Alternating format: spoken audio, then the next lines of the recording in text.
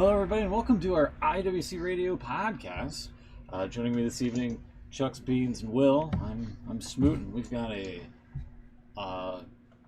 bombshell to start off with here with the biggest story of the day, with Bray Wyatt being released from WWE today. We'll get into that here in just a few moments. But how you guys doing? Yellow. Okay. Yellow to you too. Yeah, pretty good. Pretty good. Pretty shocked like everyone else, I think. Yeah. Yeah, definitely. That's a good way of calling it. I didn't hear about it until Will added me on Twitter about it. With I guess we have something to talk about today. I was just like, what do you mean? And then I was doom scrolling through Twitter and I saw it and I was like, whoa. I had to kind of look at it twice because I just turned Twitter on my phone and was just looking at it as it came through. Really? So wow. I was looking at it and I was just like, is this real? Like, thinking, is someone just like prattling around? I was like, no, this is actually WWE's Twitter account saying this. What? I was the same. I saw John Albert, actually. He was tweeting about it. But he wasn't... The way he was tweeting, he wasn't actually mentioning names. So I didn't know what he was talking about at first. So, obviously, once I dug a little bit deeper and saw what was going on. Yeah, crazy. Even, obviously we'll get into the story, but even Alexa Bliss posted that she was in shock. Yeah. But she's since actually lost the Twitter account, so you can't see it. Because for some reason, a lot of the fans have turned on her, saying it's her fault. I mean, that's just silly. Yeah, it's idiotic. Feel sorry as well. I mean, just purely from a creative standpoint, because you have to believe that the Alexa Bliss thing was hopefully going somewhere as well with it. Yeah. And obviously now it's like, well, does she carry on that character? Did they just kind of slowly drop it? Did they? I don't know. Yeah, I mean, to be honest, I don't know what you thought. It was starting to get a little bit stale to me. But then again, obviously, you don't know where they were going with it, because I don't think they did, to be honest. That and the WrestleMania match made no sense. Yeah. In terms of Well, I mean, storytelling. obviously we don't want to speculate too much because we don't know the full story. But there was a lot of reports that he took Brody Lee. He took his death pretty badly. Which it's understandable. Yeah. To the point that maybe his head's just not in it. And maybe this is a mutual thing. Maybe he sat down with him and said, "Look, I need to get away for a year or two." Yeah. And maybe they've said, "All right, come back when you're ready." We don't know the full story. Earlier on, because he disappeared for a little while when Randy Orton burned him to a crisp. You remember that? Well, he took some time off, and then he came back just for WrestleMania and disappeared again. Almost like he was supposed to be taking time off, and they said, "Look, we need you for the big show." Yeah. And then he's off again. And then after that, there was stories about him, needing some time and him mentally not being all there and stuff. Yeah. It kind of makes sense that maybe he's been wanting the time. Like I said, his heart's not in it at the minute.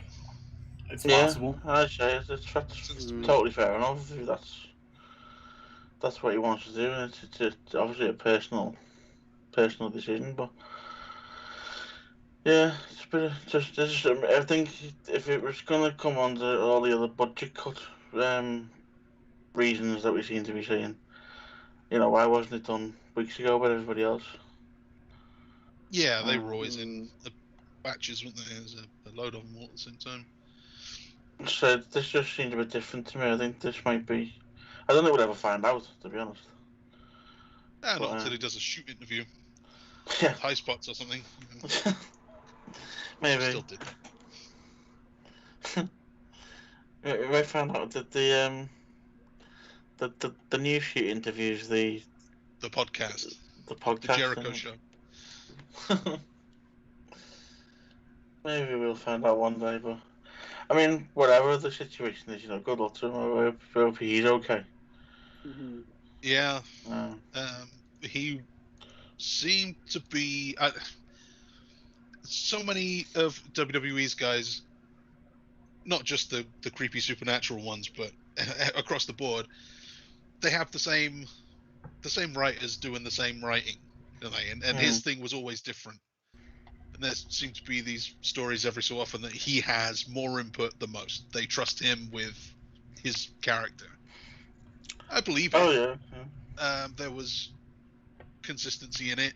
He seemed to know what he was doing. I get the feeling that he was more talented there than the guys writing for him. Like he had some ideas that I guess they couldn't make work. I'd like to see what he could do elsewhere if that's what he wants to do. Kind of get the feeling like the Bray Wyatt thing had a lot more to it that we didn't get to see. You know what I mean? Oh, definitely. Yeah. I mean, you mentioned consistency there. Wasn't there a video from years ago, back from his NXT days, where he mentions the whole Sister Abigail thing and the Fiend and yeah, there was the Man in the Woods story was pretty much the Fiend. So he by the sound of it, I mean, you don't know what he had planned. By the sound of it, he's been planning that whole thing since then. Yeah. So that just shows you the kind of creative mind he has got. So has there been any more to the story beyond the release part? Because I wasn't so surprised to see him go, because he's had all this time off and quote unquote budget cuts was the only reason. Really?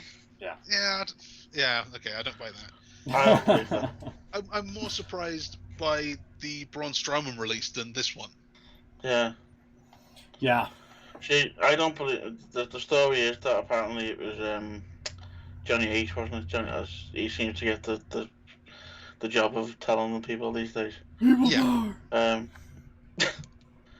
you imagine being fired by that voice? Can you imagine being told, Bray Wyatt being told creative has nothing for you? It's like, it's fine. I don't need them shit, to. Sherlock. I've got stuff for them. Creative has nothing for you, pal. We wish you the best in your future endeavors. People power. like he's here. But no, he'd actually shit himself to tell Bray Wyatt that he's just nothing for him because he's scared that he'll get attacked by the Fiend. No, I don't. This story seems to go around all the time. The budget cut thing. I don't think the story itself is true, to be honest. On this occasion, I can't. Like you say, why wasn't he let go with everyone else a few weeks ago? I'm gonna say it's not that long since becoming a father as well, is it? Yeah, I don't think. I mean, people are probably saying I'm wrong on this, but I don't think even Vince is that heartless. No, I mean, undebatable. Like you. I knew you were gonna say something. But like you were saying, obviously, with everything that happened with Brody Lee, I mean, it just kind of puts life in perspective, doesn't it? And definitely. Yeah. If like you say, his heart's not in it, or if there's something that's really, bothering him with it, it's, like you say, the main thing is to make sure he's all right himself. Yeah. But yeah, like I say, I mean. I could be totally wrong, and you'll show up at AW next week, but I don't think. Well, this is it. You don't know. I mean, or you can always go back to the thing of, he could be completely frustrated with the creative process because every time that he puts something on the table, they find a way to screw it up. But like you say, until he possibly ever hints at any more information, it's all going to be speculation. But so the budget cuts thing doesn't make any sense because apparently the Fiend was one of the most What's the word I'm looking for? We made the most money essentially. On A the one-off. merch, yeah. Oh. Well, it gets like a $4,000 mask. Yeah. So that I just don't buy. I understand that companies have to make budget cuts. I just don't think that's the case this time. I think that's just that's a story that's lingering from the last ones, and people are just sticking it on the story just to make it sound better. Yeah. Yeah, due to budget cuts, you've been preparing a return in August. So I think maybe the bigger story then is, why are they cutting so much budget? Well, this comes If back he's to not, if Bray Wyatt's not being used and they think we're paying this guy to sit at home, let's just not do that. You know, whatever return he had planned, let's cancel it. Why? Are they selling? Is this the Disney rumor again? No, I think No? Nick Khan's a moron. Nick Khan may be a moron. Yeah. But like it's not just the little guys anymore. It's No. Braun Strowman and Bray Wyatt. These are like top level guys. And it's like no one's safe. Aleister Black, and I don't know, Andrade probably was never going to be the guy, but still, that's a bigger name than I expected to go. Fandango and Tyler Breeze, okay. not too shocked about them. But like, there's been some significant firings lately. And a lot of call-ups from NXT to replace them. Yeah. Yeah. So the budget story, I guess, makes sense. They're firing the guys who made the big money and bringing up people who aren't making so much. But why? It doesn't make sense to me. I've had a couple people explain to me how, you know, they're trying to sell off the company and all this stuff, and I'm just like, getting rid of valuable assets so that you can sell the company to somebody else doesn't seem that profitable, if you ask me. Especially when AEW's been kind of hot, you know, especially the last few weeks. And not only that, you know, you have the rumors swirling of CM Punk making a big return at All Out. Daniel Bryan. They're not even being subtle about that one, are they? Yeah, no, not at all. Yeah. But have to get into Dynamite. fucking, I don't know what they're doing. And apparently there was a call, like a conference business call where Nick Khan and Vince McMahon were on the line, and supposedly, you know, they don't even view AEW as competition. Yeah, I read that. So didn't you make the comment or something that they need to possibly give them more talent? Yeah, he kind of talked about it, didn't he? Yeah. And then a couple days by later, the way, here we go. I've just realised that I haven't done my initiation. 1 second. Oh! Well done. I can't join in. Mine is pre-poured. Crazy. Yeah, I can't do that. I have one here.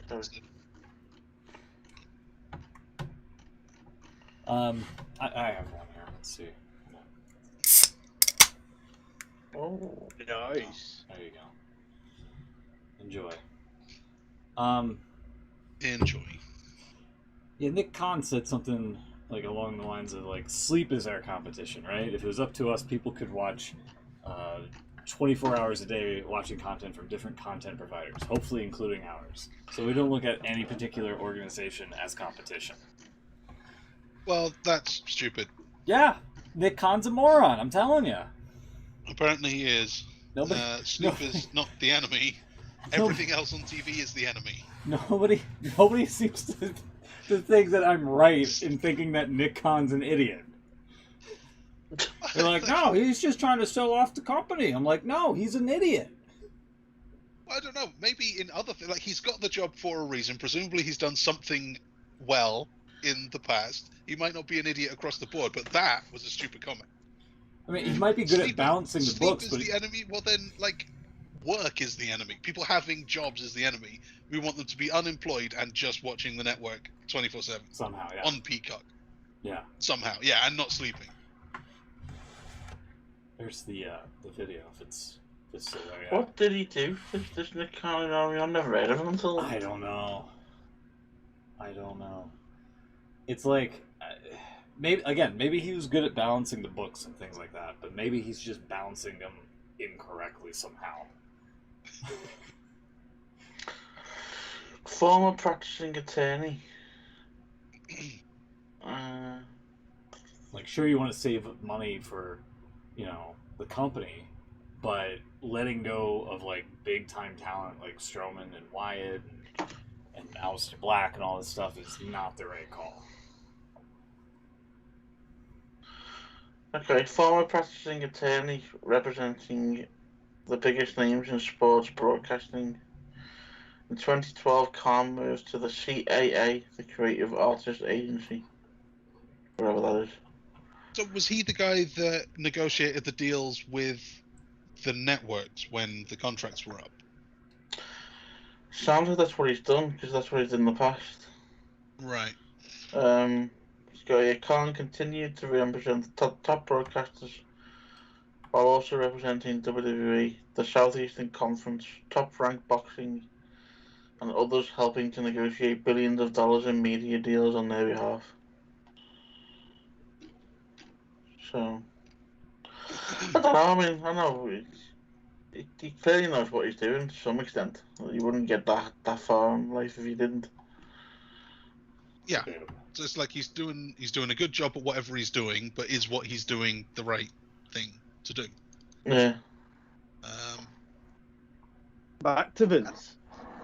I don't know. Maybe this WWE that isn't about stars selling the shows and selling the tickets to house shows and that. It's about the brand. And about the monitors. It's all about the money. We know that. But it's about the brand. The people go to see a WWE show. They don't go to see Steve Austin anymore. They used to, but now no one's bigger than the show. Especially now Cena's gone. No one's bigger than the brand. So maybe firing all these guys is the right move. Because who cares? You're going to go and see a Raw show or a SmackDown show, and you're going to see whoever's on it. It doesn't really matter who's on it. Yeah. So maybe it's not such a bad idea, other than the fact that there is now actually viable competition who can sign them. Make something of have the checkbook of your rejects. Yeah, but it reaches a point when is the WWE brand in itself already completely tarnished as it was before a lockdown?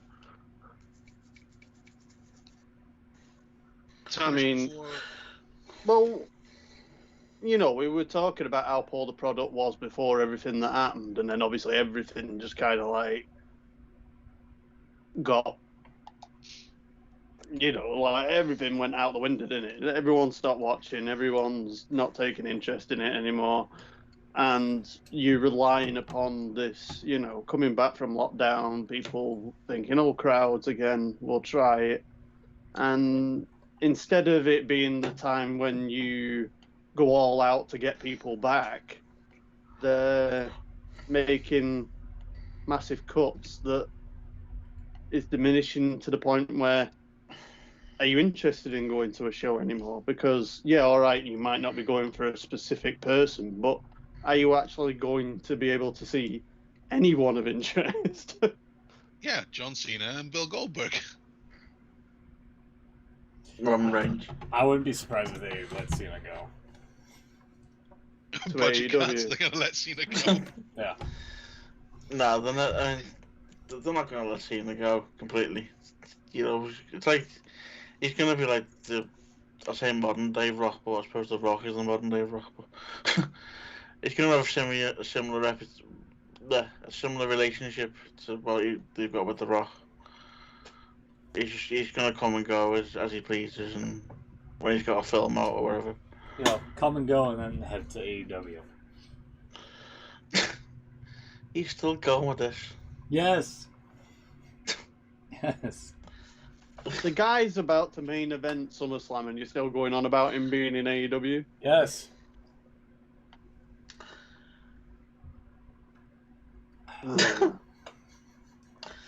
Has he actually accepted a match for SummerSlam yet, or no? Yeah, they did last night on SmackDown. They had a bit of a kerfuffle. That's a hell of a still right there of Cena and Baron Corbin. Yeah. Cena, it looks like he's not even breaking a sweat there. Just casually throwing Baron Corbin around. It's quite a good segment, actually. They had Balor and Reigns. There's another Cena behind him. Yeah, There yeah. is. Right there. I can't see any of them. I can just see I see two. Corbin in the air. Yeah, thanks for circling the guy that's. No, there's nothing there. Right there. No, nothing there. He's right there. No. Who? He's right there. How do you not see him? Because I can't see him. He's moving. Right there.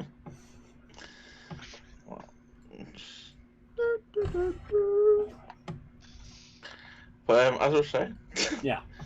I forgot what I was saying now. Something about Balor. All right, yeah, it was quite a good segment. We'll get into SmackDown. We might as well.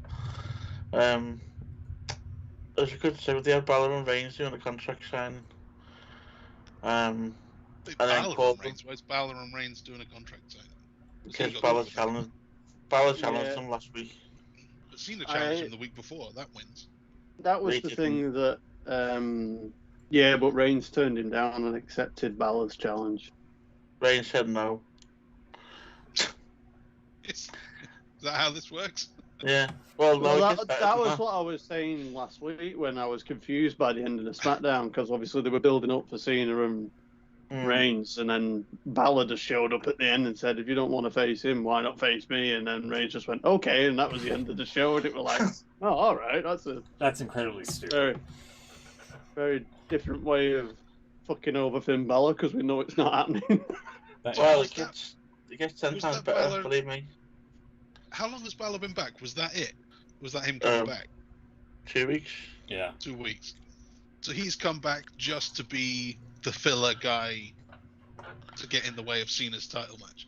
Yeah, but you haven't heard the best part yet. Well, So, I don't understand. Even actual Pat McAfee was questioning this on the show. So, you got Balor and Reigns in the ring for the contract signing. What's his name? Pierce is in the ring with the contract. Adam Pearce, yeah. Post-Man Pearce. Adam Pearce.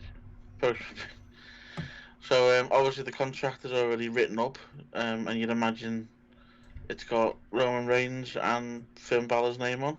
Yeah, all agree with that. oh no, we know that these contracts all have the champion and the challenger as the only statements ever made on them. Well, this is it. Corbin, from what I can remember, Corbin came in out of nowhere and attacked Balor, and then went to sign the contract himself. So he was going to get the title match, and then Cena appeared out of nowhere. Give him a FU, attitude adjustment. Sorry, PG. Yeah. And then Cena signed the contract in big scribbly crayon with the word Cena. You have to get a screenshot of this because it's absolutely terrible. And now he's got the title match. So, That's not how contracts work, though. well, exactly. Even Pat McAfee was like, it's not Cena's name on the contract, it's Balor's. Let's see. Yeah, that's the segment there. So if you can get there's Corbin. What? So you I get, thought he attacked Reigns there for a second. I was like, why? Be all for it. Baron Corbin? No, I wouldn't be all for it. Sorry. So Cena comes out in a second. Says he's about to sign it. Don't know why he didn't sign it straight away. Even though the look on Reigns' face is quite good. Yeah. He really doesn't want it to be Corbin. Oh God, come on. Like, what are we doing here? Like, come on.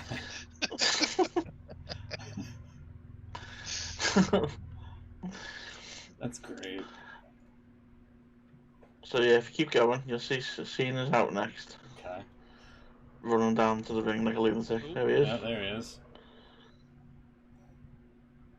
A big One goofy kick. snagglepuss. Throw him into the post. Done. So then he gets the contract.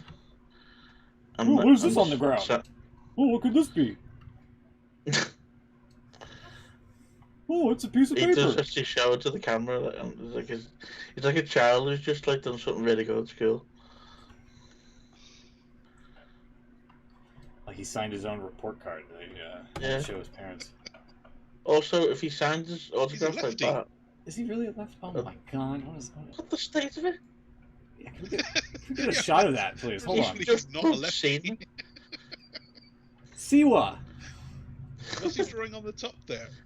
I think it's an attempt at a signature, but We play it a little But bit he's more. now done a squiggle at the top. He's done. Oh, okay, so that's his actual signature. yeah. But he's like, what is this? He's just circling. I guess is that supposed to be a J? Like what? That's a C. I'm just gonna scribble on all these letters here. Yeah. And somehow that is legally binding. That's legally binding. It is, because he's crossed out Balor's name there. Oh yeah, with the scribbles. There you go. Yeah. She shows it up to the camera now. You see it better. Oh my God, no! This is not something to be proud of. This is not something. Oh, that... Jesus! You can even see it says Balor. Balor at the bottom. Yeah, like, come on. What is this? Can you read the rest? Yeah. He gets close enough that you can read the rest of the contract. I guarantee there's going to be spelling mistakes or something in there. No, you agree with her face. That's There you problem. go. Okay. To whom it may concern, this document shall serve as a legal and binding agreement. Something all parties. Oh, I don't know if I can zoom in on this any further. I'm WWE sanctioned match to be held at the SummerSlam pay-per-view. sorry. And then there's the Cena signature. I can't actually read that. Saturday, August 21st, 2021. Allegiant Stadium. Is it 3333 Al Davis Way? Is that actually true? The rules of the WWE sanctioned match are as follows. The match contested, is that what, between two undersigned participants? WWE Universal Champion Roman Reigns and WWE Superstar Finn Balor. Well, there's a problem. What is that? Objective of the match is to defeat. Match is one's opponent. Yeah. On the in the match. In the match with a capital M. Yeah. Something a pinfall or a submission. Yeah. Oh, is it by scoring a pinfall or a submission? I think so. Yeah. All pinfalls and submissions must take place in the ring. Must take place in the ring. Disqualifications and countouts do not apply in the declaration of a winner. In the declaration of a winner of the match. Yeah. Well, yeah, they do. That's a weird way of saying. Yeah. A winner, but not the champion. Yeah. The parties hereby agree to serve, hold harmless, and something indemnify WWE and its something and its affiliates, presumably. Yeah. Any liability regarding the injuries that may not occur during that may not occur during the course of exhibition. How does that make sense? I don't know. WWE and its affiliates are not liable for any injuries that may not occur. It's that independent contractor lingo, buddy. Does that make sense? May or may not occur. The winner of the match hereby assigns all publicity rights to WWE and its affiliates in regard to the WWE Universal Championship match on August 21st, 2021 at the SummerSlam pay-per-view event. I'm not sure that sentence makes sense, but okay. Summerfest. This contract, something state of Connecticut. This contract is drawn in the state. Was drawn in the state of Connecticut. Good. And I can't see what that is because Cena's doofy C is in the way. Okay, so actually that's better than I was expecting. I thought it was going to be like that Money in the Bank contract. Yeah, I thought it was going to be well, it does mention Finn Balor throughout. Yeah, so it's not legally binding. Didn't you just say that Nick Khan was a lawyer or something? Yeah, and an Something like idiot. that. Might want to have him look over that. And an idiot. Get David Otunga on the case. Yeah, Yeah, what's he doing? nothing. They fired him yet? Right? Bloody hell. This video is unavailable in your region. What? Oh, because it's Isn't he actually generally working in the legal department now? I think so. I thought I'm sure he was. You realise he's a shit wrestler, so he can work in the legal department instead.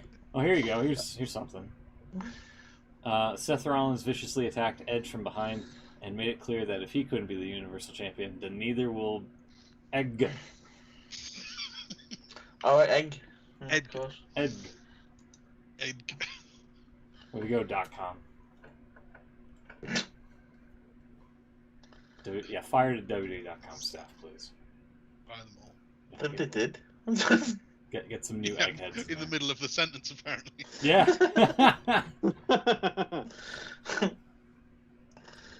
What else happened? Real quick. So yeah, I guess John Cena versus Roman Reigns. I mean, surely Finn Balor's gonna have some sort of say in it, right? Like, Isn't that exactly what happened in 2004 when Shawn Michaels signed a contract that wasn't meant for him to set up the WrestleMania match? Yeah. I can't remember who it was that the match was supposed to be. But I remember that there was someone there that was going to challenge Triple H, and then Shawn Michaels kicked him and signed, and somehow that made it okay that he was involved. He vacated him. Yeah, forever, and he was never heard of again. Until he won the match. Pretty sure that went to a no contest, didn't it? Oh, sorry. Yeah, And then Randy Orton just found the belt at SummerSlam. Yeah, that's right. That's how I remember it, anyway. That's what David Otunga told me, anyway.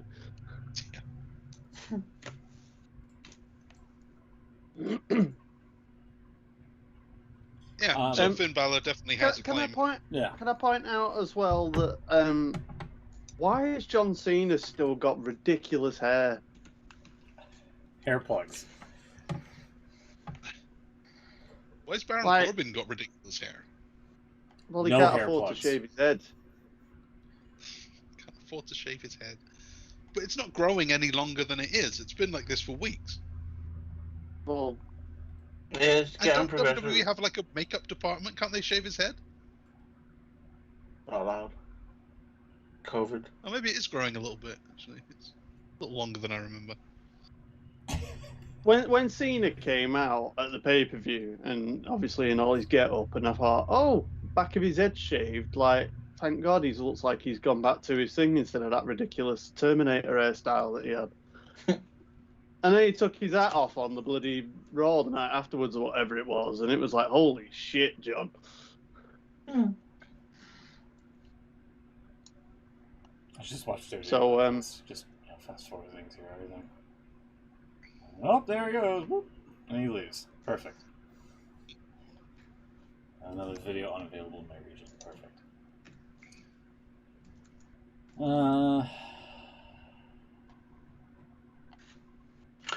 He's been. Sasha Banks is Bianca Belair's friend now? No. That's about. That's a clickbaity photo. Yeah, for about 10 seconds. We'll speed through it here. See, he's getting walloped, and then here comes Sasha Banks, and then they start whooping everybody. Oh, okay. I guess they are friends. Whatever. Sure. No, it was at the end. They had a match at the end. Oh, did they? Yeah. It's not showing up. They had a tag team match. They were a team. I can't remember who they were against, but it's not in the write-up. Well, Bianca, Banks turned on. I'm just kind of, I'm kind of taking the piss here a little bit, but Will is right because, like, in the beginning, good to see. Oh yeah. Yeah. That's So here, let me show the audience. Like, that's what they lead in with. Like, the boss returns to target Bianca Belair, but if you go to click results, not there. Yeah, you see that right here. But if you scroll down, it's like, no, there's Mysterio, Jim Uso. There they are hugging. Chad Gable doing stuff. Cena with his sloppy fucking handwriting. And yeah, there's no mention of it. Oh, is it not in that last little, the last bit there? Oh. Yeah. The boss suddenly turned on the EST of WWE. Unless there's no call. Unleashing a vicious beatdown. There's no media attached to it for some reason. Yeah. Ended with more than one brutal bang. So my apologies. So I missed it. I thought you might have been right there, Chuck, before you spotted that. It actually did look like someone had been fired mid-sentence. Yeah. Neither will Ed. I mean, this is just... I mean, come on. Come on, what are you doing? After two... Yeah. Boss yeah, you're right. Yeah, wow. I just... that's easily missable. Because, like, that seems like it's part of the Edge thing here. Yeah. Let me watch this real quick. Oh, this is just moments ago. Did they show a replay, really? Hey, let's make a YouTube video, but let's just show a replay of it. Yeah. Video. That was not a replay, that was the progressive match flow. Whatever the hell that is. It's the new Lugs boot of the week. They actually censored the fucking hit to the head of the camera, really? Did they? What is this? Oh! Yeah. Wow. Yeah. It's the old Channel 4 edit. They're like the Saturday Morning Live wire I used to do that. Yeah. I'm sorry, no Chris Benoit for you. Who? Oh, Oh, some Canuck. Don't worry about it. What is this outfit he's wearing? That's standard Seth Rollins these days. Yeah, that's the gimmick. That's where he gets his heat. Boo, you don't know how to dress yourself. Boo. Boo. You're wearing grandma's tablecloth. Boo. Boo. Yeah, I don't get how that makes him a bad guy. He's just fashionably dumb. That laugh as well. He just turns up looking like that and laughing. Yeah, that's it. Yeah. That's the Seth Rollins gimmick these days. We're nailing these impressions, by the way. Personality. I'm nailing these impressions. I should get, like, on Fiverr or something. Should. People should start doing, like, fake interviews with, like, superstars. Goddamn, pal, sounds like a genius idea. See? Why don't you get Nick Khan to fire some more people, pal? What about Raw? Did anybody watch Raw? A lot of people were pointing out that this guy, like the Santa Claus guy, was... Yeah, he was chatting from Raw. Oh, yeah. What's Santa doing? I suppose it's not his busy season. Well, he's got some time to kill. Yeah. Chill out. The best bit from Raw was actually Miz. The Miz drenching Daniel Bryan. The hell wrong with me? Byron Saxton. Oh, there was a moment here. Let me see if I can find it. With the dripstick. Yeah. Hold on. I laughed. He just kept on doing it for about a good few minutes. There was a moment with the dripstick that I saw, and I was just like, we can't show headshots with cameras, but we can fucking show this with the dripstick that Miz did. Oh yeah, there's also AEW, which I wouldn't mind getting into. Here, hold on, let me see if I can pull it quicker. Is there no clip of them soaking Saxton? That's worth a watch. I don't know if there's video of that. Could you find it, please?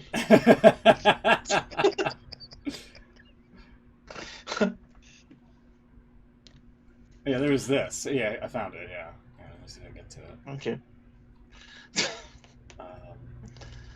It's doing this, and that's not PG. Well, that was funny, yeah. It was just after that he turned around and just got him right in the face.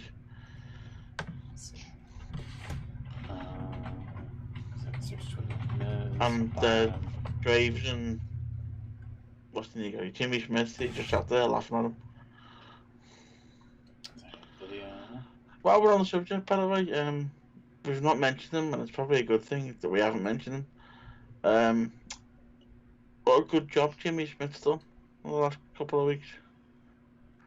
He seems to have settled in quite nicely. All the times I've heard Jimmy on commentary on like pay-per-view, he sounded really great. Yeah. So I don't have any issue with him calling Raw. Well, there's people talking about it on Twitter, but I can't seem to find any video of it. This isn't good enough, mate. Which match was? Oh, it was the Riddle match, right? Yeah, it was. There you go. See, Chuck's found it. Well, he's better at finding things than I am. Well, he is, yeah. Yeah, that was it. Oh yeah, the fucking the camera zoom on this looks so edited when almost like smashed the scooter here. Hold on, I saw this in GIF form, and the zoom just looks like post produced. I had noticed this. Watch.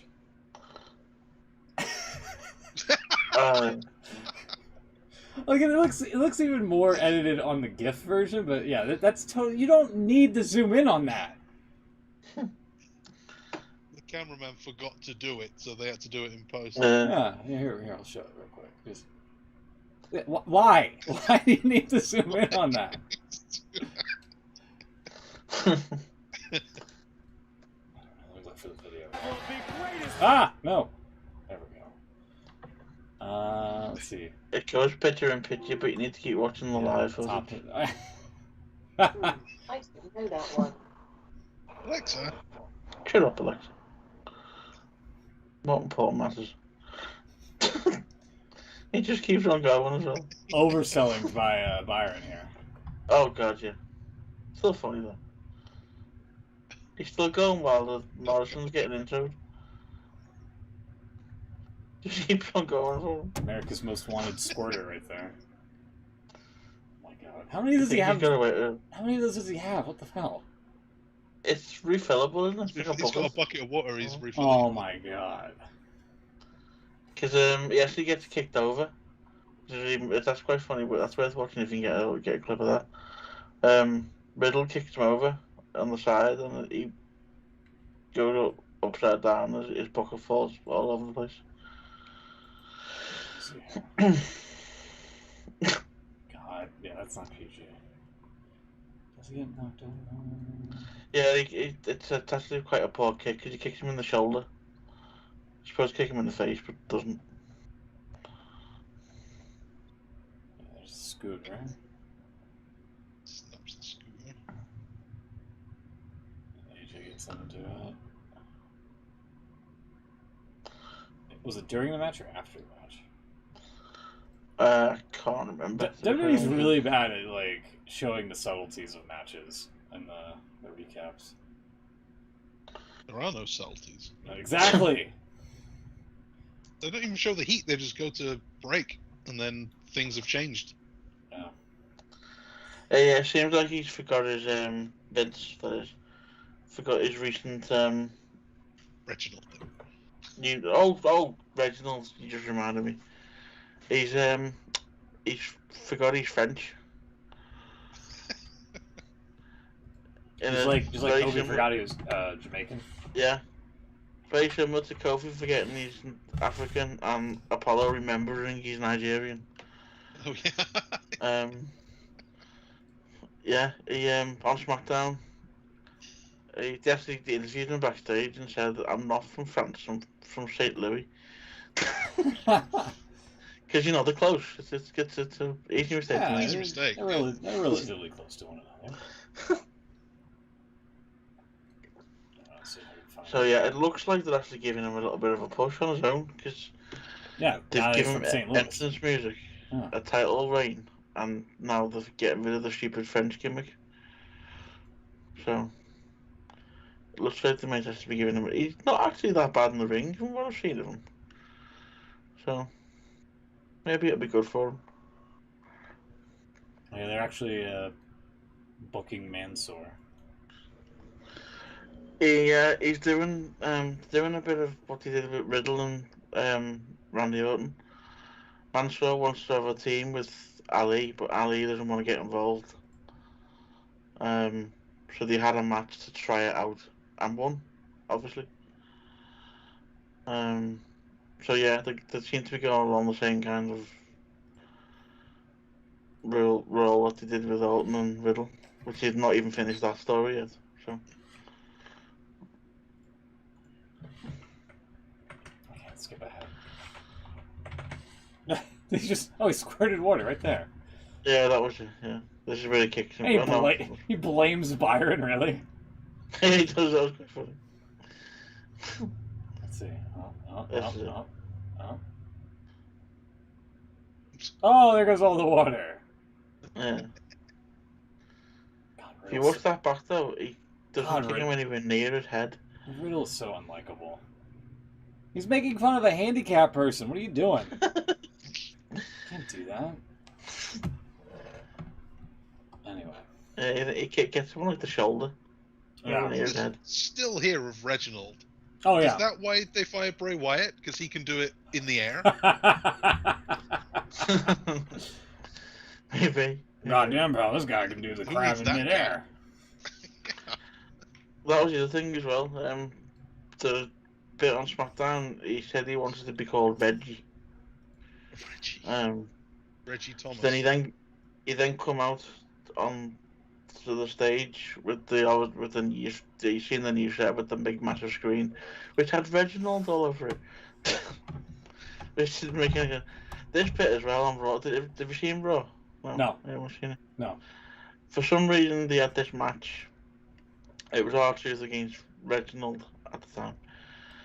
For some unknown reason, R-Truth was mic'd up for the whole thing. Yeah, I see it. Yeah, you're right. He has it on his yeah. On his face. He's got a Britney mic, if you like. Yeah. But he's wearing it through the whole match. I don't know what was trying to be achieved there.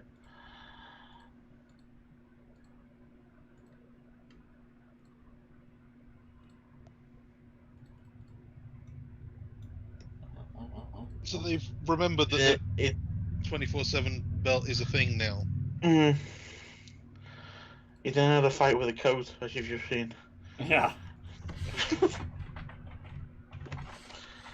I just didn't get why he was when he come out and he was mic'd up and he was doing the what's up thing. I thought, okay, that makes sense because they can do that again with the crowd. But he just, whether or not he forgot to take it out, I don't know. It did seem planned that he kept it on through the whole thing. So I don't know. Truth is like, my leg, my ankle, my knee, and then Reginald becomes 24/7 champion or something like that. Reggie does this cool backflip thing back up the ramp. Yeah, I couldn't get my pen. It's basically that, but he does it right the way up the ramp. It's quite good to watch, actually. Oh, there it is. There you go. Hold on. He's quite acrobatic. Yeah, yeah. Cirque du Soleil.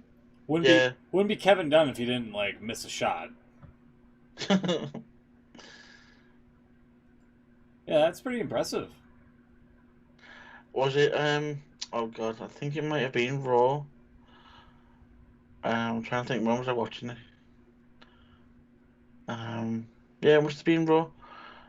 That match, yeah, it was. He come out and they did the backflip off the top rope just before that match started, and nearly messed it up, and could have been quite a bad fall. Yeah, I would be careful doing all those backflips up the ramp like that. Save that for the pay-per-view. I don't know if that clip's got the match on there or not. Oh, does it? You want to see if I have it here? It's just as he comes out. They might have even edited it out because it was terrible. Alright, well, let's see. Yeah, there we go. This is it now. Yeah, on that rope, he does a backflip now. Watch this. Hey. Oh my god.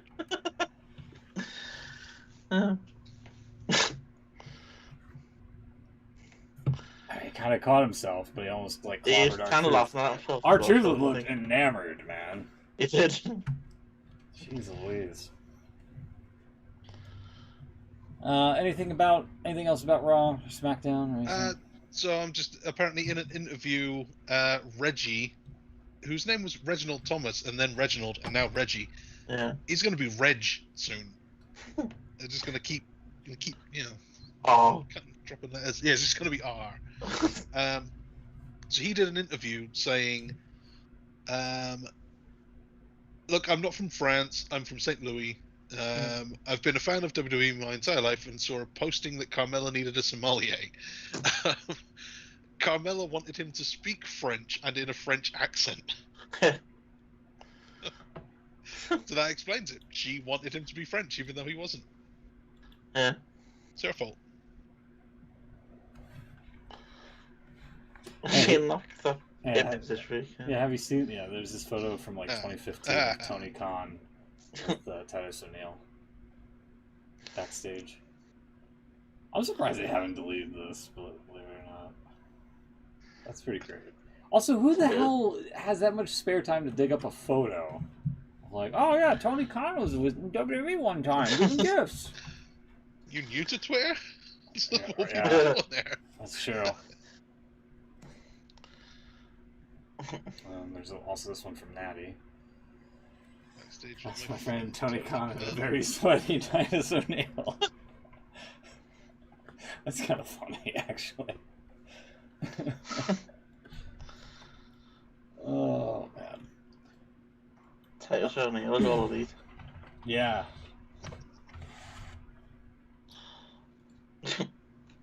I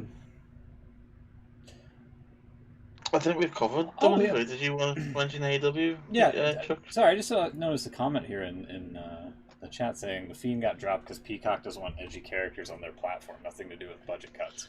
Well, you say that, but the word going around is budget cuts. So yeah, that's what they told you. I find it hard to believe that Peacock doesn't want like a certain character on their platform in that regard, you know? Oh, what's that? This person's selling really well for merch. Let's just get rid of them because, you know, our platform that barely works on Sunday nights for pay-per-views shouldn't have edgy characters on it, you know? Shucks, what the hell did you just link? What is this? You posted a picture of Natalia with her friend sweaty Titus O'Neil. No, come on. I was reminded of that picture from... I gotta throw it on the stream there at some point. That was a thing that happened once. Titus was being a creeper.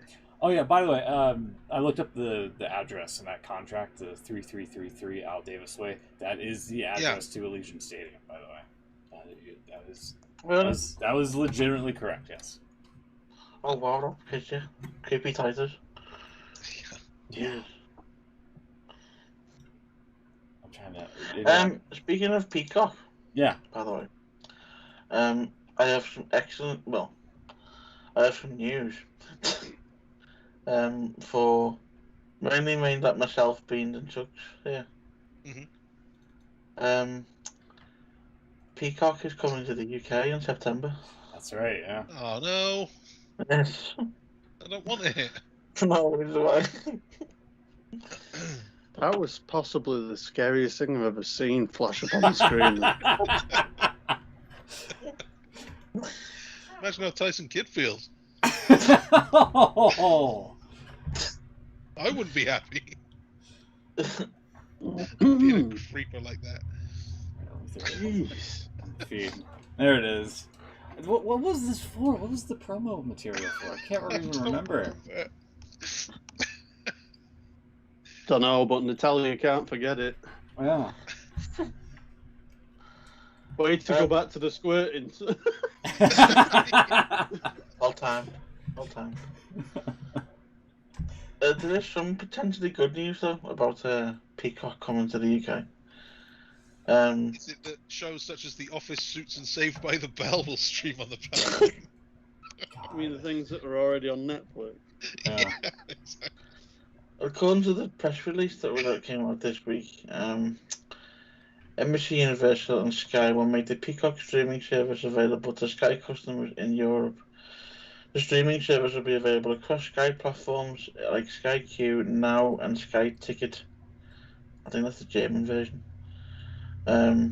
in the UK, Ireland, Germany, Austria, Switzerland, and Italy at no extra cost to existing subscribers. Also, we don't have to pay for it.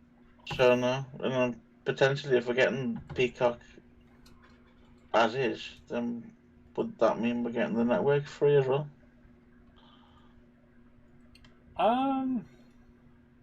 One would assume. If you get Peacock free, then obviously, the network's just a channel on Peacock, isn't it? So, Yeah, but I not. don't know. Without, it's only got a few other things on it. They haven't moved it all over yet, have they? No. It's going to be like a cut down network. But even so, I'd be quite happy if it's free. Yeah, I guess. But then again, they tend to give us different things every year, don't they? So there's a possibility we get something else entirely. Yeah. Whatever Peacock we get here might not be the Peacock. Yeah. In the US. Wasn't there like there was Compare some Peacocks. there's some news about how one of the Sky channels is folding or something. Oh, Sky One. They're getting rid of Sky One. Yeah. They're getting rid of Sky One? Yeah. Yeah.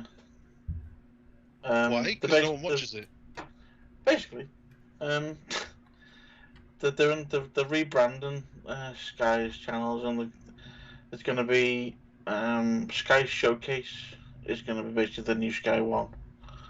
The reason they're changing because it's going to have different, not just shows and stuff. Because I don't know if you noticed, towards the end of last season, Sky One was showing the odd Premier League game. Yeah, they had a couple. Which didn't really fit with the Sky One name, really. Whereas Sky Showcase. Well, they have Sky Sports. Well, the idea is you watch a free game on Sky One, and you might subscribe to Sky Sports. Yeah, it didn't work. They do it with F1 as well, don't they? Yeah. I thought that they had Sky Sports Mix or something. Was like the free version. Yeah, that's not been quite well made known of, I don't think. No. Not a lot of people know it's there. No, I'll go say the only time I've ever watched that is for the because they put NFL Red Zone on that. Yeah. So again, Sky Showcase is basically going to be that. It's going to showcase stuff from all Sky channels, basically. And then there's going to be a totally new channel called Sky Max, which I believe is essentially what Sky One is now. So it's the likes of so that just has all the Simpsons repeats. Simpsons, A League of Their Own, that kind of stuff. Yeah. The stuff is just constantly. So yeah, it doesn't really affect WWE anymore because they're now on BT. So, but do you remember back in the day though, Sky One Saturday mornings, Live Wire. Had Live Wire, Jacked, Metal. Yeah. Metal, yeah. Those were the days. Yeah.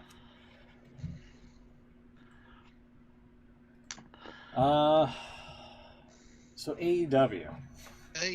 This was a big show this week. Yes, Fight for the Fallen. I've seen bits of it. I haven't seen the whole thing. But I've seen bits I haven't seen anything or heard anything actually, so it's all news to me. This. Have you caught up with AEW yet? Because you were still like a year behind or something. Yeah.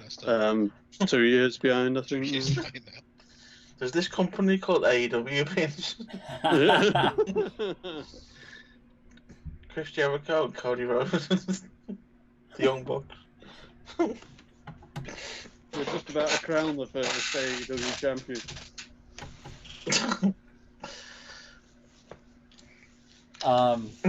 The main event with Nick Gage and Chris Jericho was something, and it caught. Apparently, I didn't notice this live because I was mad at something else. Yeah, I wasn't mad at the match, but my attention was focused elsewhere at the time. But here, I'll just play this without the audio for you guys, and see if you can see what's. Great, yeah, this is pretty great. This is superb. Yeah, Nick Gage with a pizza cutter to Chris Jericho's forehead, which, I mean, this match was just insane. I'm surprised Turner was able to okay this. Holy cow. And then, picture-in-picture, Domino's comes in, order pizza, and here's footage of, like, somebody cutting the pizza with a pizza cutter. Awesome. I thought it was hilarious when I went back and saw this. Please tell me that was just like a rubber pizza cutter. No, you can actually see he was running his thumb over Jericho's head. Yeah, you see he has like the thumb out. Yeah. Then he like walks off and Jericho obviously blades. And then he goes back to it again and like rubs it sideways across the head to get some blood onto the blade. So that you can see what he's doing the whole time, but it's pretty clever. Right. Well, as long as he hasn't resorted to actually, using the frigging thing. It wasn't actually just pizza cuttering Jericho's head, no. I don't know about you, but I mean, the pizza cutters I've used haven't necessarily been that They sharp. can't cut a pizza. Yeah. Exactly. They're the worst. Maybe you just have weak pizza cutters over there. Maybe. Well, yeah, well, maybe we should all just go and get our pizza cutters and try them out, shall we? And see if they're any good on our heads. Right, back in a minute. Okay. Next minute, you'll just hear sirens. This was earlier in the match when Nick Gage was just like jabbing with the pizza cutter and he actually got Jericho's arm. And a little bit earlier. Started with that. Yeah. Like swiped it. Yeah. And then earlier. Oh, this made me so mad because like I should have fucking placed a watermark on this. Basically, people I posted this image and people like swiped it. And I was like, you fucking low life sons of bitches. So I'm gonna have to go back to watermarking my images here, but here it was. There was an issue with at the end of the Pride and Powerful versus FTR match, I believe, where Cash Wheeler's arm got gashed open on the turnbuckle, and everybody was like freaking out because they thought this part right here was bone, which it's not. It's a cloth right there, and it looked gruesome, but fortunately he was all right. And then everybody just took that image and was like, "I can run with this, ha ha ha." That's what made me a little bit angry for the night. That's why I said that my attention was forced elsewhere. There was also Taz doing this, which was hilarious. Let's see if I can get it to load here. Doing this weird arm thing. Yeah, Cesaro used to do that. Yeah. You still do? Yeah, Yeah, I think he still does. When I explained before we started the show off air that I'm making a new intro for the show. Include So that. I was looking for clips, so I actually was scrolling through Dynamite this week, and I just saw Taz on top of what looked like a Bad News Barrett's little lift. Yeah, Bad News Barrett's little stand, just dancing away. I just thought, go for it. Having that. That will be in the new intro. There was also nice. There was also a spot with the Bucks who were cosplaying as the goons from Space Jam 2 against the tunes of that will also Dark Order. And the Bucks can't fucking dunk worth a shit. Wasn't he doing a 450 at the time? Doesn't matter. You're gonna go. What's the point of the spot if you can't dunk the fucking ball, Chucks? He wasn't just dunking; he was doing a springboard 450 dunk. Yeah, and missed. You're not wrong. He missed, and it looked kind of. I mean, it was still impressive, but it's a shame it didn't go in. I mean, he could be as impressive as you want, dunk. but you gotta make the basket. That's the majority of the spot. I think it's okay because they're heels. If they were the faces, they needed to make it. Somebody else said that, and I was like, oh man, I don't know. If it wasn't Space Jam, if they were just like cosplaying as like the NBA Finals teams, and then they were taking a piss out of like one of them because they're bad at free throws or dunking, then I would agree. No. I was just going to say, so wasn't this basically a promo for Space Jam? Yeah, a new legacy. Yeah. Kind of. They made fun of it at the start. They said like corporate synergy, something. And, Well, no, see, this is a movie tie-in done good. And then I you thought it was look at done good. WWE's tie-in with that stupid zombie film. Oh yeah, God, Army of the Then Dead. That's a bit harsh. The film was okay. I sure you watched it. More for you. You had an extensive review on this show. Thank We you. did. Enjoyable, actually. No, I don't need to watch it because I heard your review. Fair enough. Are you going to be watching the new Space Jam? I've never even seen the original Space Jam. What? I've seen it, but I can't even remember it. I saw it at the time. A while ago. I also saw it at the time. Also, because For those of you who practice more illegal activities, Excuse me. Fast and Furious 9 was available on various sources today, I believe. Not that I would take in that kind of activity. No, obviously not. Of course not. I wouldn't either, but I assume, because I don't know if you must have seen that Black Widow was on Disney Plus.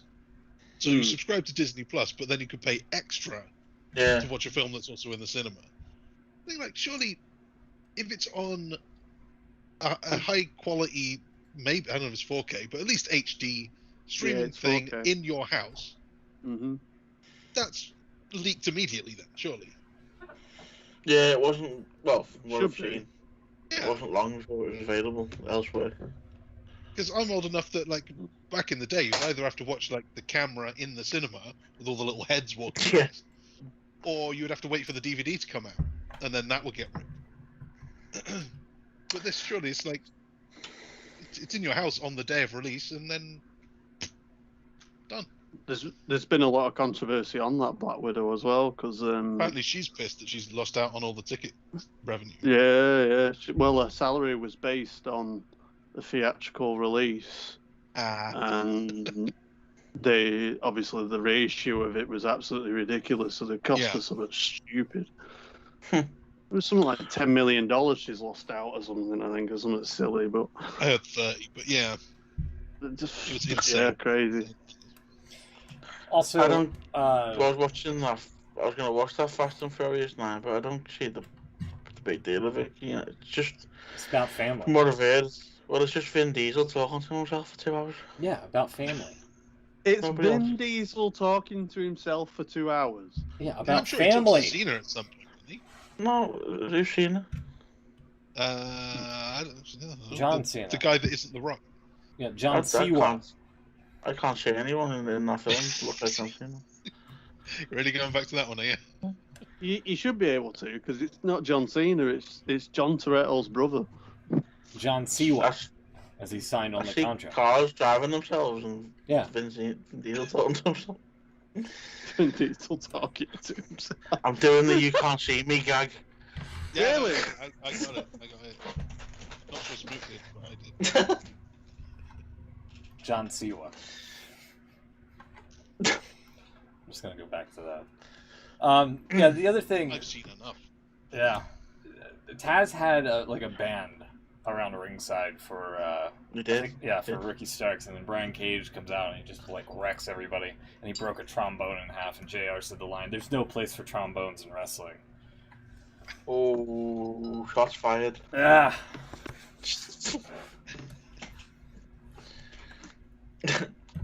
Speaking of the new day, the latest podcast, Big E obviously talked about winning the Money in the Bank, and he jokingly says he's going to cash it in to get his name back. He says there's a clause in the contract that he can get his name back for cashing in the contract. He wants to be called Langston again. Big E Langston. Oh man. I think we've exhausted everything. AEW was pretty good this week, even with the pizza. Yeah, there's got to be so much more on AEW. Yeah. They did the Ricky Starks thing. We did the basketball thing. Yeah. The main event thing. Oh, and right. So the rest of it, right? Yeah. They hyped up since last week. Tony Khan's going to make an announcement. Yeah. Finally, time for Tony Khan to make switch. the announcement. And it was the wrong Tony. Yeah, it was just Tony Schiavone. Yeah, Tony Schiavone came out and said Tony Khan has authorized me to make this announcement. Yeah, and he says that Tony was there in the gorilla position earlier in the night with Cody. Yeah, with his name on the wall behind him. Yes. Just in case you forgot. EVP coach Tony. He knows exactly where to sit. So he came out and said that the first Rampage is going to be called The First Dance and is going to be in Chicago. And that elicited a reaction from the live fans. They chanted a certain name quite vociferously. They didn't cut away. They seemed to be fine with this, these people thinking that this thing is going to happen. There it is. EVP coach Tony. Face there on Alex Marvez. Oh yeah.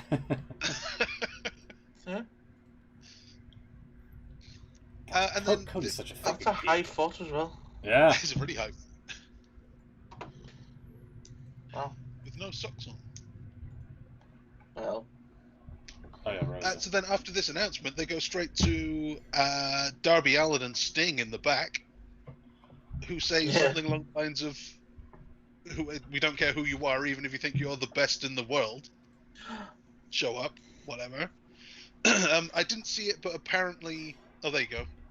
Only one place to prove that, right here in AEW, even if you think you're the best in the world. So that got a big reaction. I missed it myself, but I'm told that one of the Bucks earlier in that big 5-on-5 did the step-up corner knee lift into the Bulldog. And then there was another one. It was MJF at the end. Started his promo with, as you're lying there, hopefully in the most discomfort of your life, or whatever it was that he said. The same way that Punk started the pipe bomb. Like, they're not being subtle about this. They really want you to think that this is happening. Yeah. Honestly, that's what they want you to think. Honestly, run with it. Yeah, run with it. They're really funny if he hasn't signed, and they just go along. That's what I mean. I can see him doing it even if he isn't, just because what harm's it doing to him? Exactly. A lot. I know it's not a bait and switch, but it kind of is. They're really making you think that they can't be going this hard with it if they don't have it. Then to not do it would be kind of shitty. What if they don't actually have him signed yet?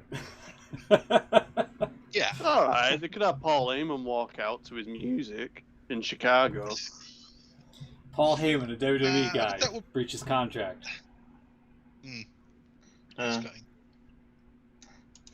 Great job, Beans. That's like a Nick Khan type of move right there.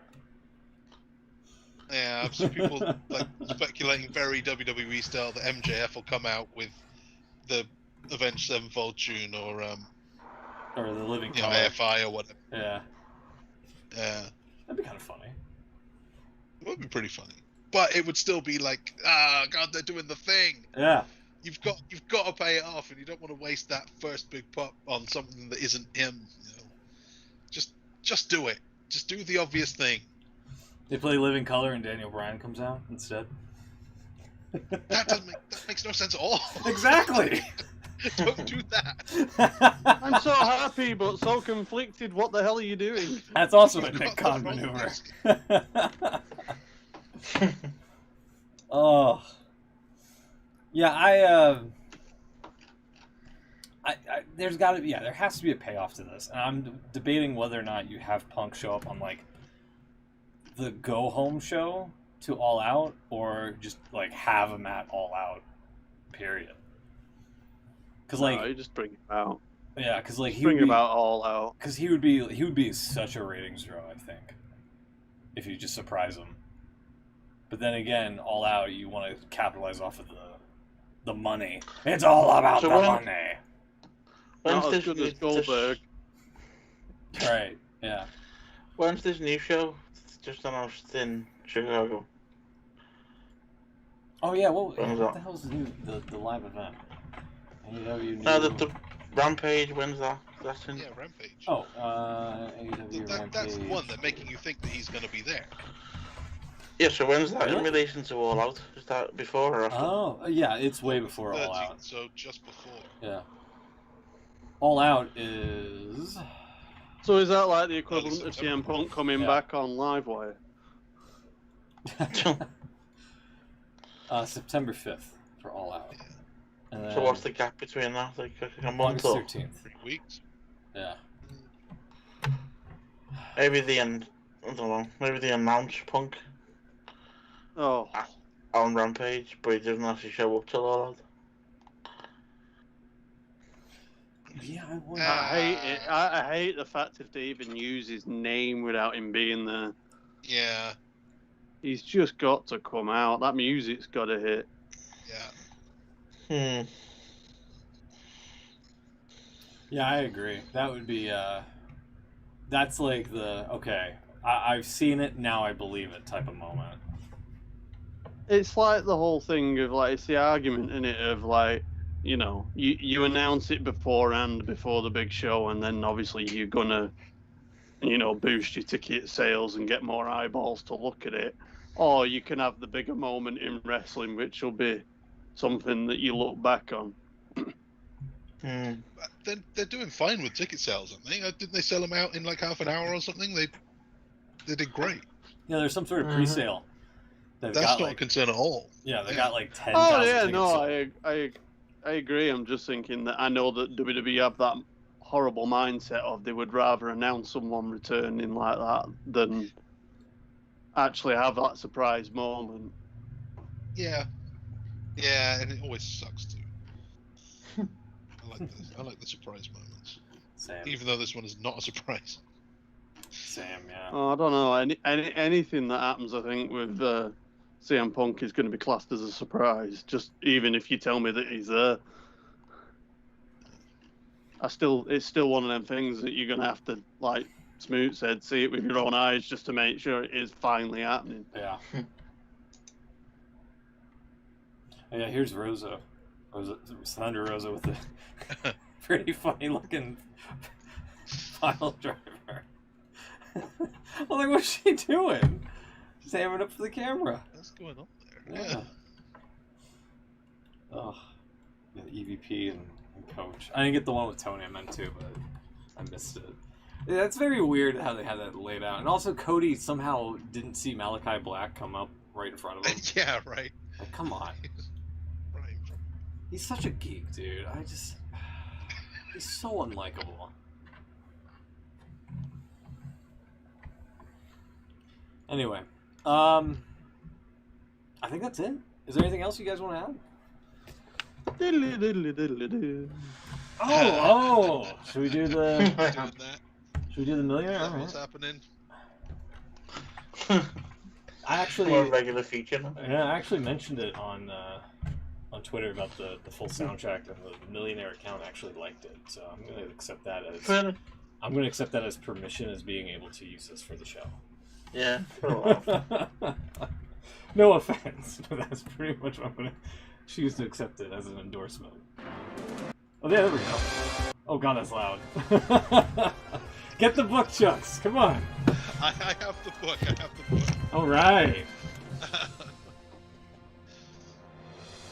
So who are we starting with? Who won last week? Was it a three-way tie? No, No, God, I no. did shit. I remember I Smoot think- doing really well at other people's questions. Yeah, I think it might have been me overall. Didn't I? I thought Will and Smoot were on the same, and I was appalling. Okay. Maybe. Well, we'll start with you then, Beans. Let's Okay. get you back on the bus. Start off with a page between 3 and 263. I'm trying to remember what the friggin' hell half of them were now. I'm gonna go. Yeah, no, 80. 8. Okay, 80 is in the SummerSlam section. Ooh, SummerSlam. SummerSlam. How appropriate. The Summerfest, yeah. Yeah. I'm trying to find the answers. Royal Rumble. SmackDown. I think there must be. Yeah, Survivor Series should come after SummerSlam. Yeah, but we know that there's books this is backwards. Yeah, the whole thing is SmackDown. So where is SummerSlam then? SummerSlam answers. Okay, great, awesome.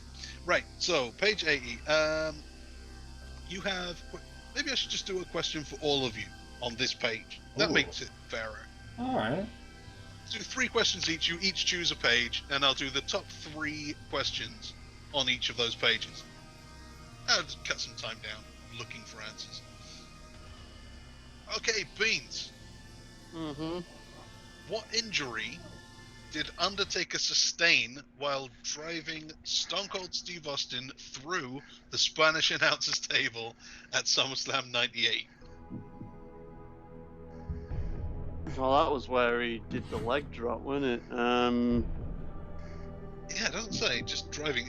You do have multiple choice here, but it would be pretty cool if you could remember it off the bat. Well, I remember the thing because he jumped from the top rope to the announcer's table on the outside and did a leg drop, which was just horrific and fucking murdered both himself and Austin. But as far as injury, I'm presuming it was something to do with his knee or his quads or something. Okay. Your options are A, a broken coccyx. Can't say that. B, yeah, I know. That's not PG. B, a sprained ankle. C, a severe concussion. Or D, torn ACL in the right knee.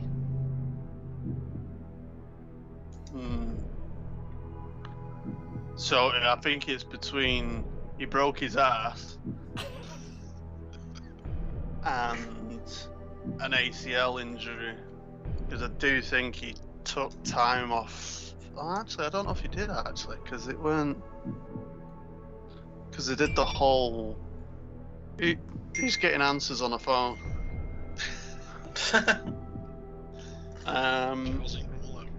Text a friend.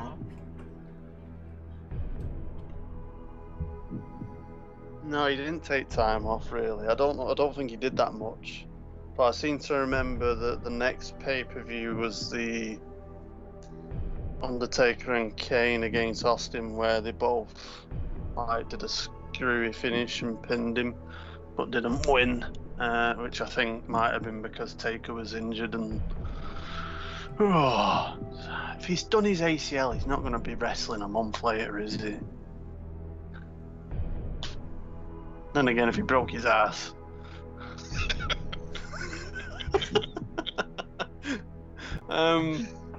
It may. No, actually, it was a concussion. He was concussed. That's a switch. That's officially. You've now changed your mind. You were no. I just had to remember. I just remember that in the match. Charles Ingram. In the match. There was a moment where, but I seem to think it was Austin that was concussed. That's what confused me, because they had a clash of heads or something when they came off the ropes. I don't know. You know, like when Austin did the Lupez press thing. I seem to remember doing that moment, and it was really like awkward because they were fucked. Like either Undertaker was fucked or he was. Okay, well, I mean, the question is, what injury did Undertaker sustain while driving Austin through the Spanish announcer's table? So, and I don't know if you mean he got concussed and then the spot was dodgy later on.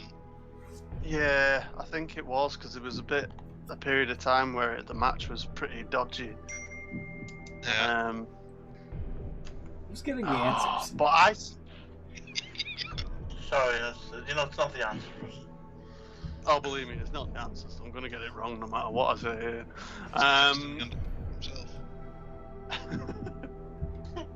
What up, G? I wouldn't say that to him. No, I God.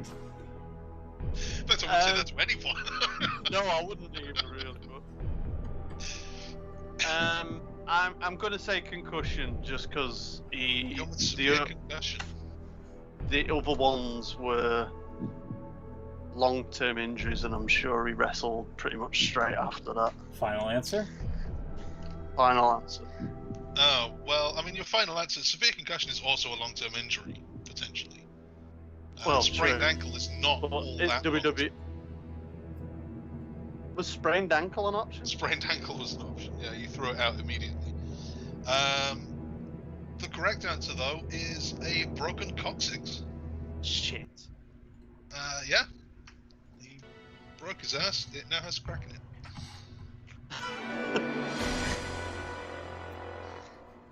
Good to see I'm carrying on my good form from last week. Alright, let's move on to Smoot then. Let's see how this is done, how it's done properly. Alright. Biddly, biddly, biddly, biddly, boom.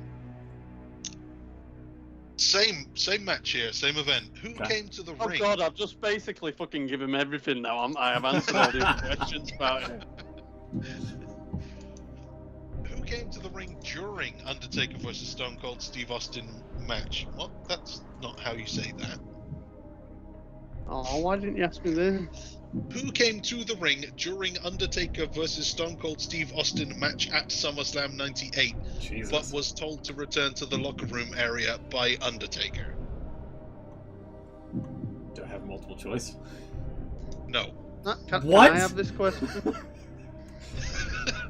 No. What do you mean no? There's no multiple choice on this This is one. bullshit. That's the whole point of the Millionaire. Imagine if just they asked you a question and you had to come up with an answer on the fly. Yeah, well, I mean, it's not actually Who Wants to Be a Millionaire. It's not. It's the ultimate World Wrestling Entertainment trivia book. It's true. Which has multiple choice in it, but not all the questions are multiple Which choice. does have quite a lot of multiple choice in it, but not on this one. I'll answer it for you if you want. No. No phone a friend? No, we're not doing phone a friend now. Oh, balls. What? You want to give him an answer? I want to at least get something right. For getting no credit for it. I don't give a monkeys. I just want to be able to say that I didn't fucking get it wrong. Alright, Actually, yeah. it might not be a good idea, actually, Spirit. I'm far too confident for it to be right now. I will allow one. So you're going to get 3 questions in this game, and 3, okay. you're allowed one phone a friend each. Oh boy. In that play case, at some I point, would so rather save it for the actual multiple choice question rather than just going into a blind guess. Who He does sound interrupted- confident, though. And which year? What year was this? I'm sorry. 98. Oh, man, late 90. Oh, I'm not really strong on that.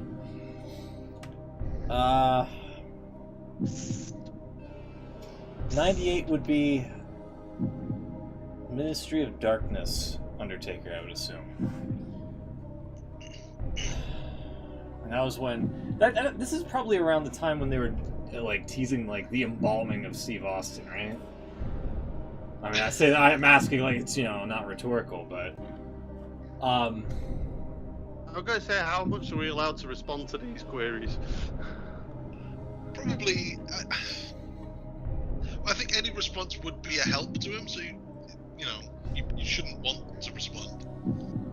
Right. and the whole I can't embalming, remember the question, did we actually? the whole embalming of Austin would have made. I was gonna say Kane, but Kane was the one that interrupted that, and it wouldn't make much sense if Undertaker told Kane go into the back. So I'm trying to think of like maybe it's gonna be like a Ministry of Darkness member of some sort. Phone a friend? No, I'm not gonna phone a friend. I'm gonna save the phone a friend for a multiple choice question because I think we have a better shot at that instead of a stab in the dark. It's not a stab in the dark. I think I'm gonna go with. Here, let me get it ready. Get it ready. I think I'm gonna go with Paul Bearer as my final answer. Final answer, Paul Bearer. There we go. There you go. We move on. You should have phoned a friend. No. Baines, what would you have said? Hey, What would you have said? Kane. This was Kane. Was it Kane? Was it actually Kane? Yeah, it's Undertaker's only friend. Was I misremembering it then? I guess. Yeah, you were a year out because Ministry of Darkness was 99. This was 98. Damn it! I was talking about the next pay-per-view when Kane and Taker was wrestling. I know. I did technically give you the answer. Yeah. That's right. I wasn't paying attention. I was making sure the music was flowing correctly. Yeah. And it did. You did a good job. Thank you. Okay. Well, that means then Damn it. it's Will's turn, and I don't have any more questions about that Great match. I do have some more about that pay-per-view, but I might just. Wow. All right. Next question on. We're going back in time a little bit for you, Will. God, I think this might be just as easy as the last one, though. What highly anticipated match at SummerSlam 95 was a rematch from WrestleMania 10? I don't even know what happened at 95. Oh, why did I get the really rubbish one first and then the one I know I can't? Do I get any kind of options? Nope. What the fuck is this? I love the tone that. Nope. This is I a would have disgrace. to make them up. Like, I don't want to make them up because I feel like I would give it away somehow. Like, I'll say the right answer and then have to think about 3 wrong answers, and it'll be obvious what I'm doing. So, say the question again, sorry. What highly anticipated match at SummerSlam 95 was a rematch from WrestleMania 10?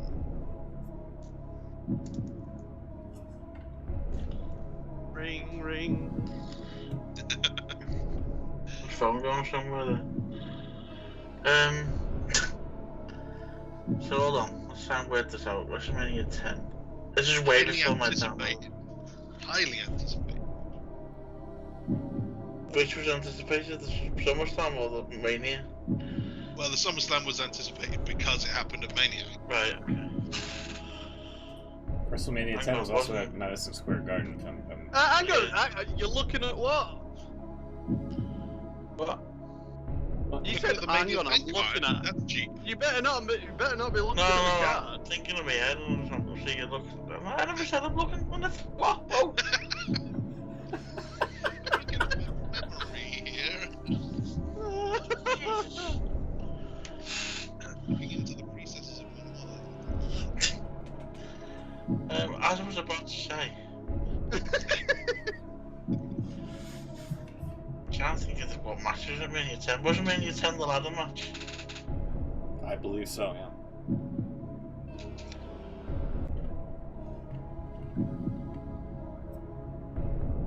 Go on, let's go with that. Was it Michaels and Momoa, wasn't it? Final answer. Yes, Sorry, yeah. That is my final answer. No, it was Men on a Mission versus the Quebecers. No, it wasn't. It was the ladder match. It was Razor Ramon. Oh, he was right? Another ladder match. Was he right? I'm sorry. Yes, he was right. Not Earthquake, Adam Bomb. There you go. Have your beans accusing me of cheating them? Just, slip of the language. Okay, so we need another page now then. Let's go to Smoot for the next page of questions. You got a number between 3 and 263. 225. Don't go for 120. 225. It's just a picture of The Rock.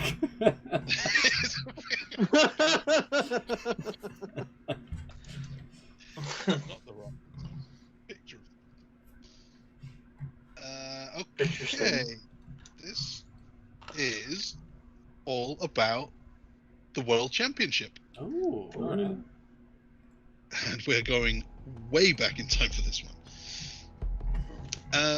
Okay, so Beans first. Okay, we're going back to the top. Right. In what city did Buddy Rogers defeat Antonino Rocca to become the first WWE World Champion? Okay, then. What city? Jesus. You can actually have some multiple choices here. I would appreciate what would you guess multiple before choices. that? Have you got any ideas before that? Well, sorry, what's the question? What country did you say? In what city? City. Yeah. Because I was thinking, I mean, obviously, like, WWE's kind of main base is New York, so I'm thinking Madison Square Garden, New York initially, but... Okay, I mean, that's a wise... see what you're thinking. So your options are A, New York in New York in the US. B, London, England. C, Rio de Janeiro, Brazil. Jesus. Or D, Albany, New York. Oh, Jesus. Just That's to not That make could be sense another of- New York one, didn't it? Yeah. Fucking bastards.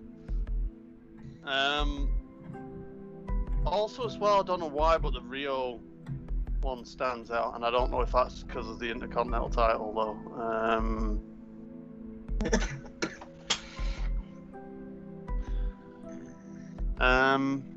Sorry, that was a genuine cough. It wasn't a Charles English.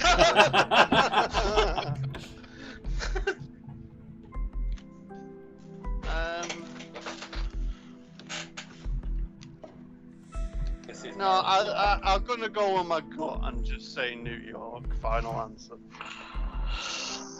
Oh.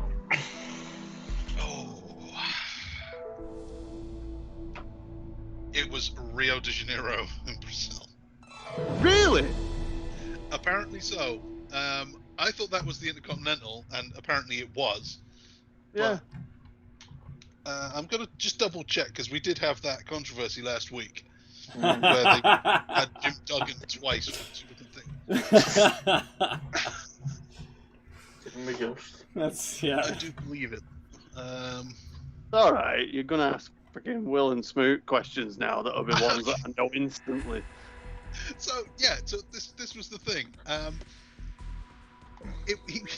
Buddy Rogers won a fictional tournament in Rio de Janeiro. What the fuck? So yeah, it didn't actually happen, but that was the story. Wow. I can't help but feel like I'm getting screwed a little bit here. Yeah, same. At least you're getting multiple choices. Sorry, can we just... Where have you found this music? It's Yeah, from, this is not the normal. it's from the... Knockoff Millionaire music? It is from Millionaire, but it's from the modern version here in the States, with the syndicated okay. version. But it's from the video game, so hopefully it's fair game here. So it's the same story with the IC. I'd always heard that the IC title was the fictional tournament in Rio. Yeah. But it's both. Wow. Yeah, apparently it's both. Yeah. Patterson became the first champion as a result of defeating Ted DiBiase to win the North American Heavyweight Championship, and defeating Johnny Rodz in a fictional tournament final in Rio to unify the North American Heavyweight Championship with the fictional South American Heavyweight Championship. God. That's so great. Yeah. Carnies. They just do fake tournaments in Rio. That's the story. Did they come up with the idea in New York? Probably. Or I get like Connecticut. a commiseration point. We all feel sorry for you. Oh, well, that's enough. That I appreciate that. Okay. Oh no, this is gonna be. Okay, this is rough. Sorry ahead of time, Smoke. Oh, great. Keep in mind, this book was published in 2002. And 2002. this may have changed since then. Oh boy. All right.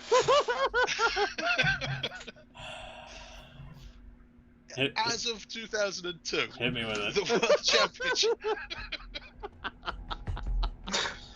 It may still be true. I just don't know.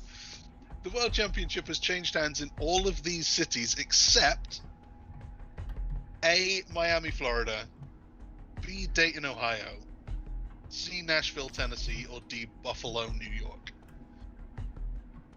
2002. Rio de Janeiro.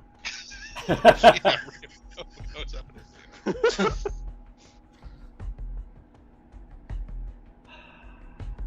Miami. What was it? Miami, Buffalo. Miami, Dayton, Ohio, Nashville, or Buffalo.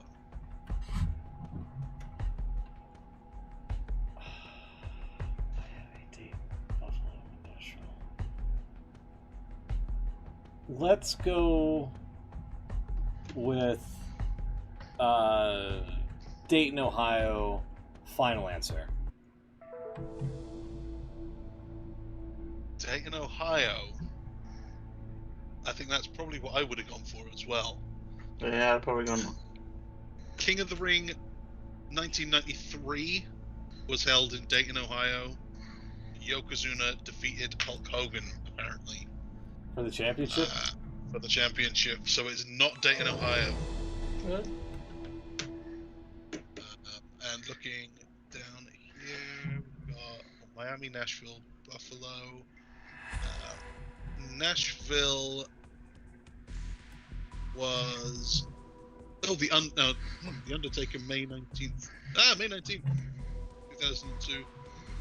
There was another one. Miami, Florida would have been my other guess. Miami, Florida. Triple H won it on Raw. Beat the Big Show. So what the hell was it? January the 3rd, 2000. So Buffalo? the answer is Buffalo. Aww. New York. Of course it is. Yeah. Yeah.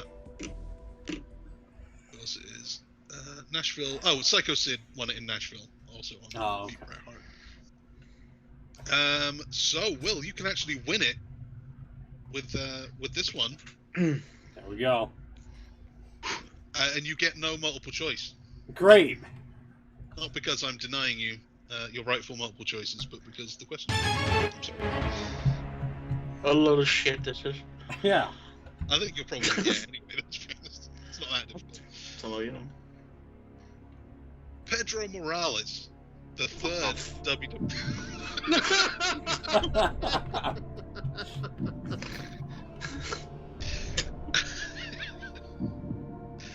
I'm gonna give you an incorrect answer for that.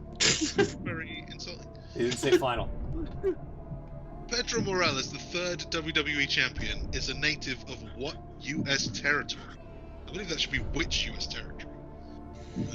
Pedro Morales, where's he from? Jesus. He can't help you either. Oh God, You do actually have a phone friend. You all do. You just haven't used them yet. Yeah. can't think of a US territory.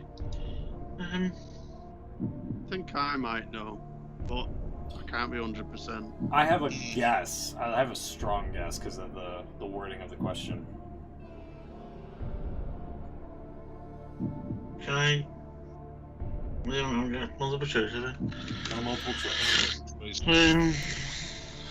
Good phone a friend. Go on, I'll phone a friend. Alright, here we go. Who are you gonna call? I'll phone Smoot. Alrighty. The American citizen, the local room of citizens. Okay. Well, you know the rules. Clock will start when you toss it off to me here, Chucks. Here we go. 30 seconds. Begin. I was gonna know your thing. 30 seconds begin now. It's a quick toss off. Where's Pedro Morales from? What's the multiple choice? Give me answers. There isn't one. I thought I'm a millionaire. What the hell is this bullshit? It's a charlatan version run by an idiot. Oh, great. Well, I have to. Well, just from a blind guess, I would probably say from Puerto Rico. You actually got it in before the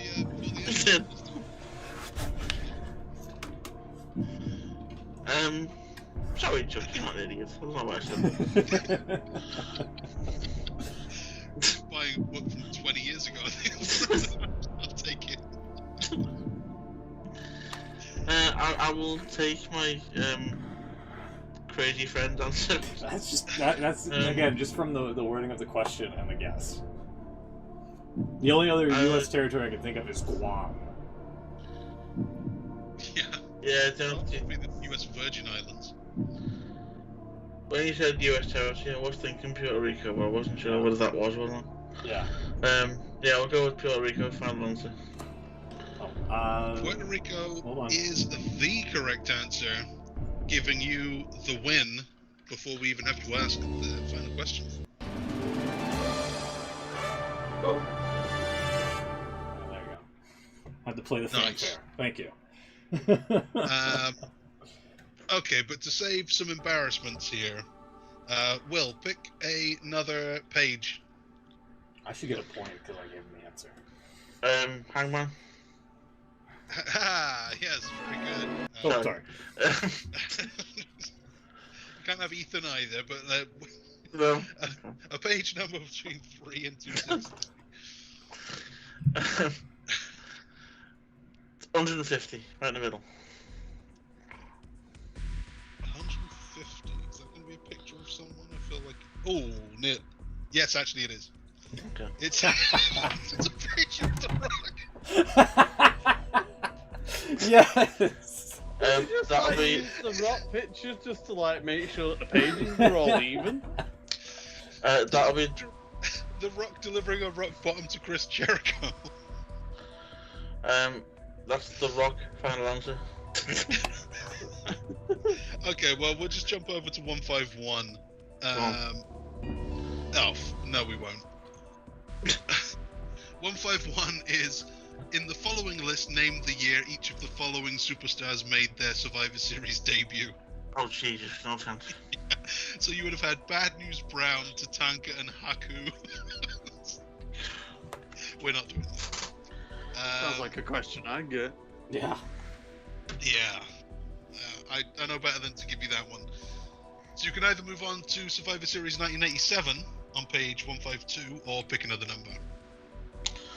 Let's go with 87, because that's the year I was born. So let's go for that. Oh, it's actually page 87, I like that. Yeah. Or do you want to or do you mean the Survivor Series 87? No, I'll go with page 87, just for Page 88 is a picture of Jericho. shits and giggles. Okay, it's the title page of the Royal Rumble. I'm great at this. So we'll move on to 89. Did we do this last time? Maybe, I don't know. We did. This is where we got the Hacksaw Jim Duggan thing. Let's do I was going to say, we're going to get it wrong again. We'll start from the top of the page. We didn't do these questions. We did 6 and 7. So we'll start with 1, 2, and 3. What the hell? What? What the hell just happened? The graphics card's crapping out. That's worrying. Okay. It's the Russians. The Russians, they got me. Is this the Rumble section? Got SmackDown. Royal Rumble. There we go. So Beans first, and you do still have a phone a friend. Who did Ricky Steamboat defeat? This is so bullshit.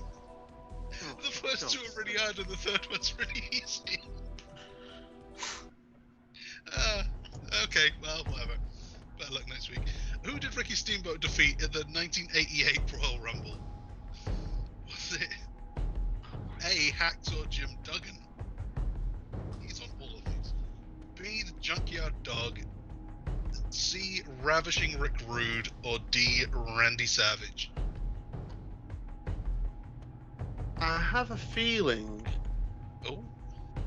that You can't nothing about that.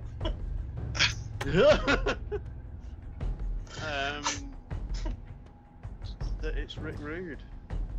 You have a feeling it's Rick Rude? Ricky Steamboat Rick Rude? Yeah. I know that obviously Savage was the big rivalry kind of thing, but what year is this? 88, the first one.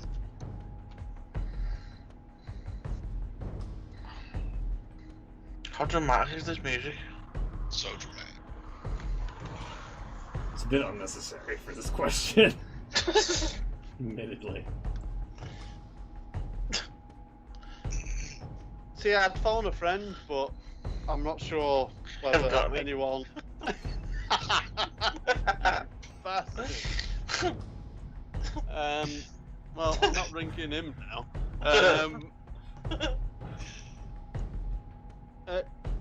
And I bet I can't ring you, can I, Chucks? Well, no, I've seen the answer now. Right. Oh, fuck it. I'll go 3-3 on the loss. I'll go Rick Rude.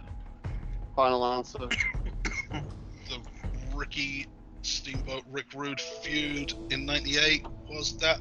It was Ravishing Rick Rude. Well done. No friends needed.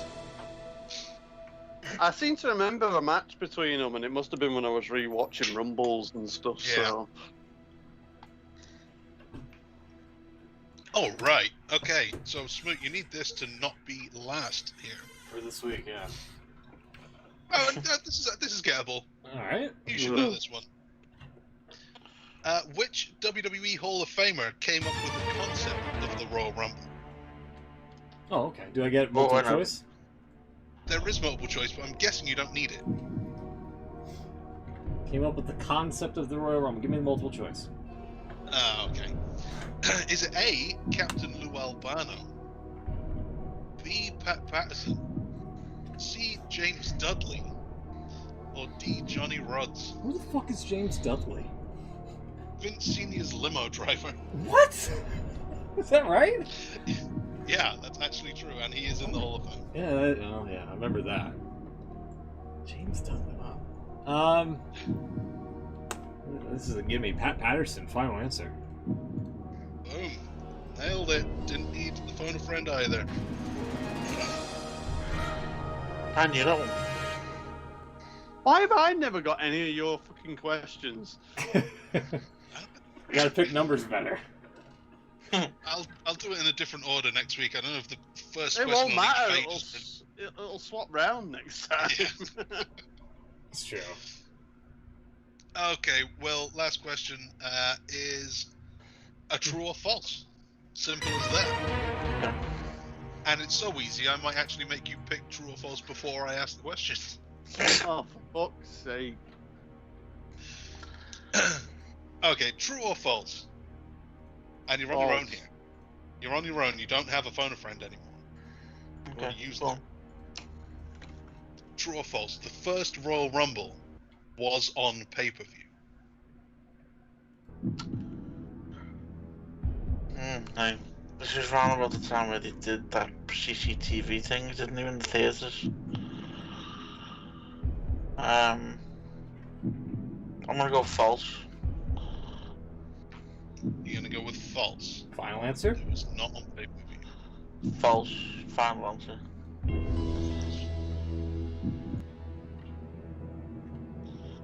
It was false. 3 out of 3. It was apparently on the USA Network. Yeah, they did CCTV for like the early ones, first WrestleMania in that in 85. Yeah. This 88, so I don't know if they doing pay-per-view by then. Maybe just about, but not that one. So yeah, at the end, Beans and Smoot 1 point each. Will did get 3, but he also found a friend, so you know it's a shallow victory at best.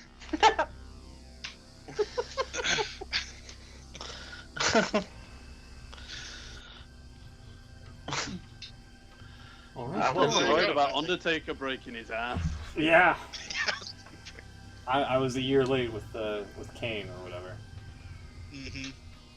Unfortunately, I kind of am kicking myself on that one. I should have had that because I was originally going to say Kane, but I was like, probably Paul Bearer because he kind of needed Undertaker and whatnot. And Undertaker was like, I don't need you. Get that urn out of here. So yeah, that'll be. Yeah. So that concludes Millionaire for this week, and additionally our show. Thank you everybody for coming by and tuning in. Anything else you guys want to add before we get out of here? Before I hit the button? That's it. All right, we'll see you next week, hopefully, for another action-packed IWC Radio Live. Take care, everybody. Good night.